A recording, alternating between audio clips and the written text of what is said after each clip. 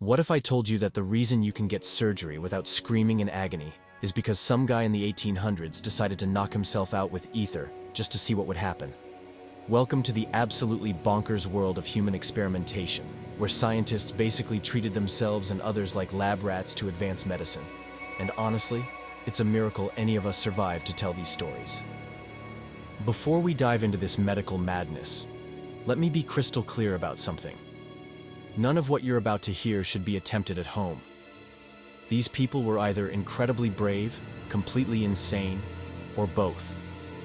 And while their sacrifices gave us modern medicine, they also gave us some seriously questionable research ethics. Let's start with the legend himself, Walter Reed. This guy was so determined to figure out how yellow fever spread that he literally set up human bait stations. Picture this. Researchers sitting in rooms full of mosquitoes, basically playing yellow fever roulette. Reed's team discovered that mosquitoes were the culprits, but not before several volunteers got seriously sick. One researcher even died from the experiment. Talk about dedication to the cause. But Walter Reed was practically playing it safe compared to some other medical pioneers. Take Werner Forssmann, a German doctor who thought, hey, you know what sounds fun? Threading a catheter through my own arm into my heart. In 1929, this absolute madman performed the first cardiac catheterization on himself. He literally walked down to the X-ray department with a tube hanging out of his heart to take pictures. The best part?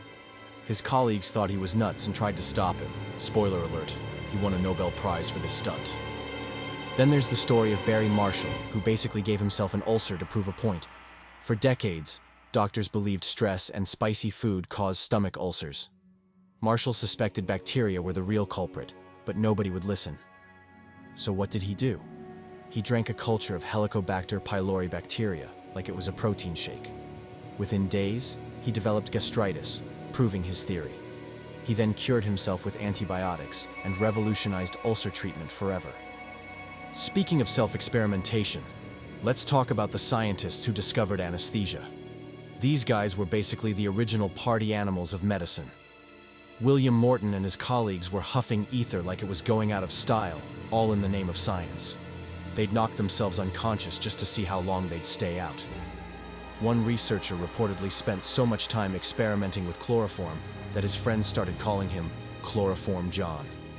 The fact that they figured out surgical anesthesia without accidentally killing themselves is honestly impressive. But perhaps the most terrifying experiments happened during vaccine development. Before we had proper testing protocols, scientists would literally inject themselves with deadly diseases to test their vaccines. Jonas Salk tested his polio vaccine on himself and his family first. Edward Jenner gave a kid cowpox to prove it would prevent smallpox. These people were playing biological Russian roulette with some of history's most dangerous diseases. The really wild part is how casual these experiments were. Scientists would just mention in their research papers, "Oh, and I also tested this on myself and nearly died," but the data was fascinating. They treated potentially fatal experiments like weekend hobbies. Now, don't get me wrong, we owe these researchers everything. Without their willingness to risk their lives, we wouldn't have vaccines, anesthesia, or modern surgical techniques. But their methods were absolutely terrifying by today's standards. Modern medicine has thankfully evolved beyond using scientists as guinea pigs. We now have institutional review boards, informed consent, and strict safety protocols. Nobody's drinking bacterial cultures or threading catheters through their own hearts anymore. These stories remind us that medical progress often came at an enormous personal cost. The next time you get a vaccine or undergo surgery, remember that some brave, possibly insane scientist probably tested it on themselves first. So, there you have it. The absolutely wild history of human experimentation in medicine. These researchers literally risked everything to advance human knowledge, and somehow, we're all better for their controlled insanity. So remember, kids, next time you take an aspirin, thank some poor soul who volunteered, Reed was tricked, into testing it in 1943. Want more brutal backstories of miracle medicine? Smash subscribe for deep dives like why your therapist is probably a sociopath and the funeral industry's NFT scam. This has been The Know Show, where the truth is always worse than fiction and way funnier.